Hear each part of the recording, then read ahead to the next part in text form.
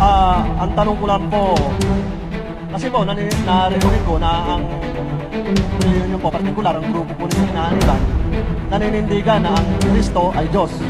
Ang tanong ko lang po, meron po bang mababasa sa Biblia na nagpahayag si Kristo na letra por letra na sinabi niya, siya ay Diyos? Kapatid, nagkakamali ka sa tanong mo. Alam mo kung bakit? Ang Biblia at ang aral ni Kristo, hindi puro letra por letra. Ewan ko kung saan mo kinuha yung paniniwala mo na letra por letra.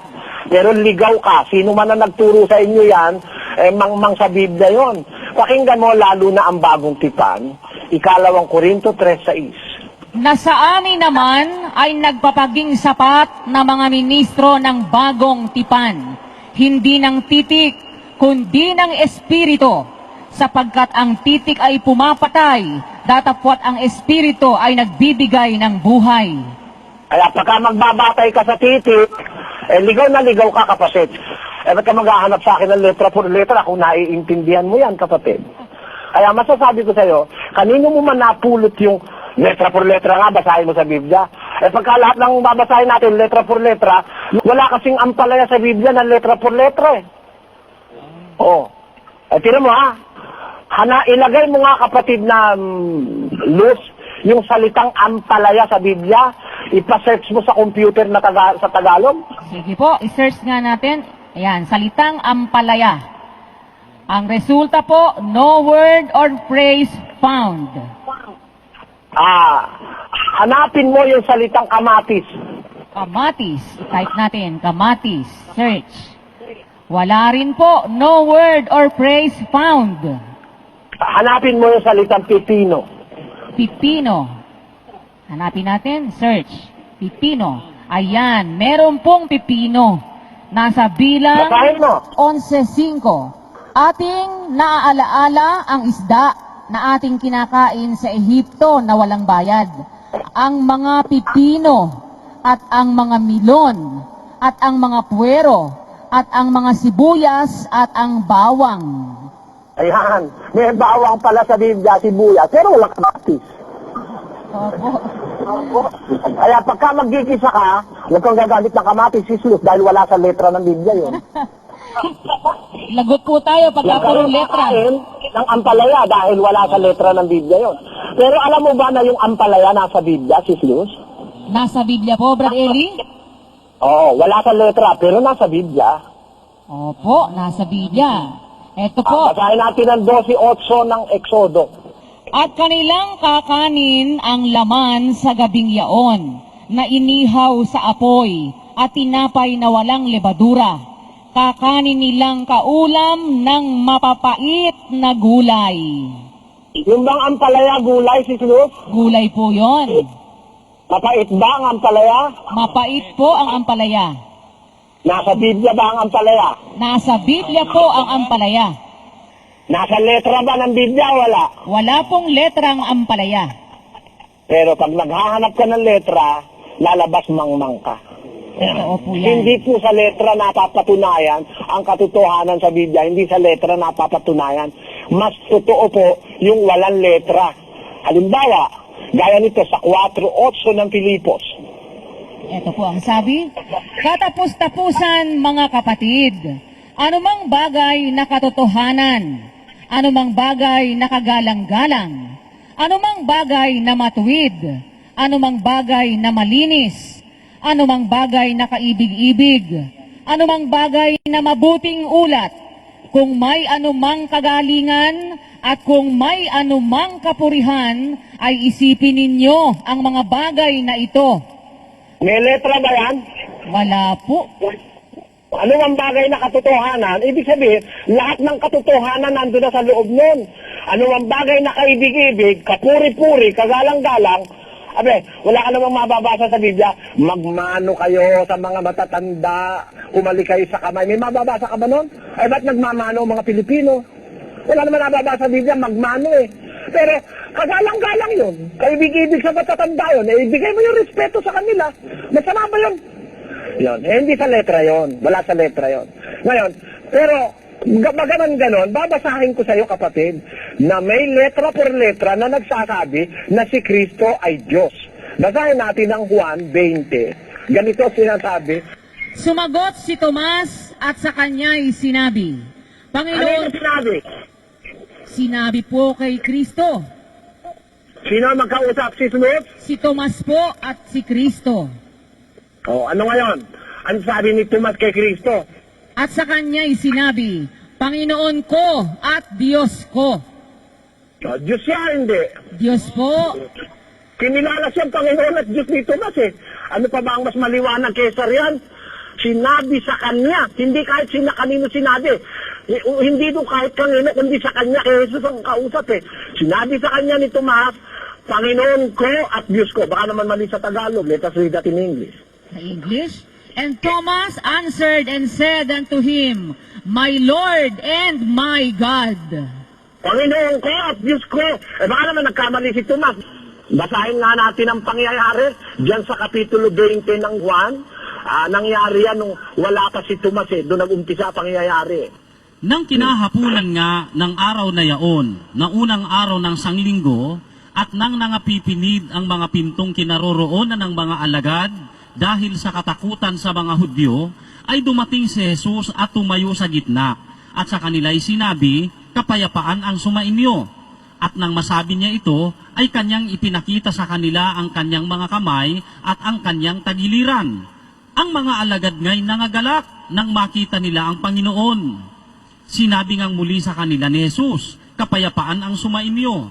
Kung paanong pagkasugo sa akin ng Ama, ay gayon din naman sinusugo ko kayo. At nang masabi niya ito, sila'y hiningahan niya at sa kanila'y sinabi, tanggapin ninyo ang Espiritu Santo. Sino mang inyong patawarin ng mga kasalanan ay ipinatatawad sa kanila. Sino mang hindi ninyo patawarin ng mga kasalanan ay hindi pinatatawad. Ngunit si Tomas, isa sa 12 na tinatawag na Didimo, ay wala sa kanila nang dumating si Jesus. Sinabi nga sa kanya ng ibang mga alagad, nakita namin ang Panginoon. Ngunit sinabi niya sa kanila, malibang aking makita sa kanyang mga kamay ang butas ng mga pako, at maisuot ko ang aking daliri sa butas ng mga pako, at maisuot ko ang aking kamay sa kanyang tagiliran, ay hindi ako sasampalataya. At pagkaraan ng 8 araw ay muling nasa loob ng bahay ang kanyang mga alagad, at kasama nila si Tomas. Dumating si Jesus nang nangapipinid ang mga pinto, at tumayo sa gitna at sinabi, kapayapaan ang sumainyo. Nang magkagayoy sinabi niya kay Tomas, idaiti mo rito ang iyong daliri at tingnan mo ang aking mga kamay, at idaiti mo rito ang iyong kamay at isuot mo siya sa aking tagiliran, at huwag kang di mapanampalatayahin, kundi mapanampalatayahin. Sumagot si Tomas at sa kanya'y sinabi, Panginoon ko at Diyos ko. Sinabi sa kanya ni Jesus, sapagkat ako'y nakita mo, ay sumampalataya ka. Mapapalad yaong hindi nangakakita at gayon may nagsisampalataya. Yan ang kasaysayan, kapatid na Mel, ano? Meron lang ko ipapapansin doon sa kapatid. Baka sakaling ang narinig niya ligaw na pagpapaliwanag, itutuwid lang natin. Kaya yung 11 nagkakatipon. Dumating si Jesus. Tapos, pinakita niya yung kanyang tagiliran at saka yung kanyang mga daliri, yung kanyang kamay at paa. Kapatid na Mel? Opo, Agreed? agreed. Nung makita ba nung 10, nung 10, nung makita nung 10, nagulat ba yung 10? Basahin natin kung ano ang sabi dun sa ulat. Nung ipakita ni Kristo dun sa 10, wala si Tomas nun eh. 10 lang sila, ibig sabihin, dahil 12 yan eh, wala na rin si Judas. Wala si Tomas. Di mga more or less, 10 yan, ano, kapatid namin. Oho. Nung ipakita ni Kristo yung kanyang mga kamay at paa at yung tagiliran niya, ano nangyari sa mga alagad? Basahin natin. At nang At masabi nang niya masabi niya ito, ay kanyang ipinakita sa kanila ang kanyang mga kamay at ang kanyang tagiliran. Ang mga alagad, Alagad ay nagulat! hindi po ganun ang nakasulat, kapatid na Eli. Ano naging reaksyon ng 10 nung ipakita niya?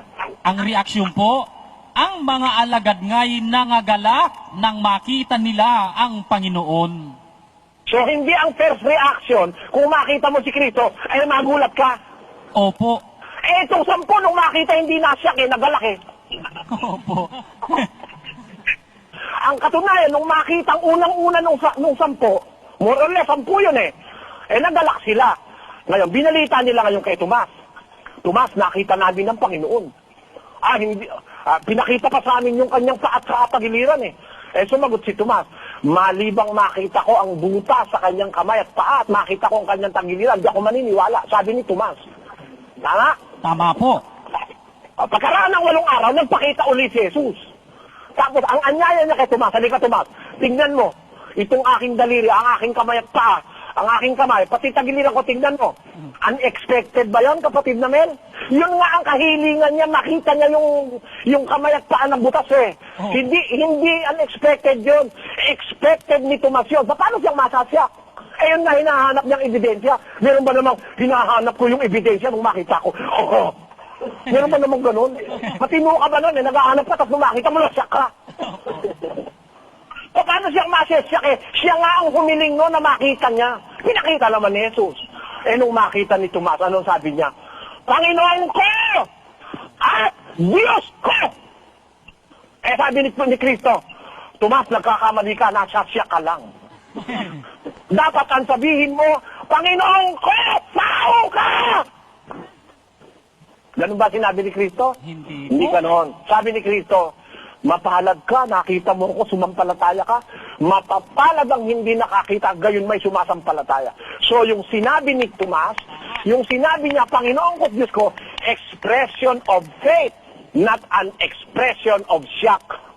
Nakita mo, Brad Mel? Amen. Pananampalataya niya yon na si Kristo'y Panginoon niya at Diyos niya. At si Tomas ay apostol ni Kristo. Nasa matinong kaisipan. Hindi sira ang ulo niya. Hindi ang paniwala niya ay ang Paris ang Pilipinas. Hindi siya naghahapunan sa umaga. Si Tomas, mabuting tao yan. Kaya nung makita niya ebidensya, Panginoon ko at Diyos ko. Sabi ni Kristo, dahil sumampalataya ka, nakita mo ko, mapapalad yung hindi nakakita, gayon may sumasampalataya. So sumasampalataya si Tomas nung sabihin niya yung salitang Panginoon ko at Diyos ko. Letra por letra po yan, kapatid. Pag hindi tinanggap, wala akong magagawa. Yun po ang sagot ko.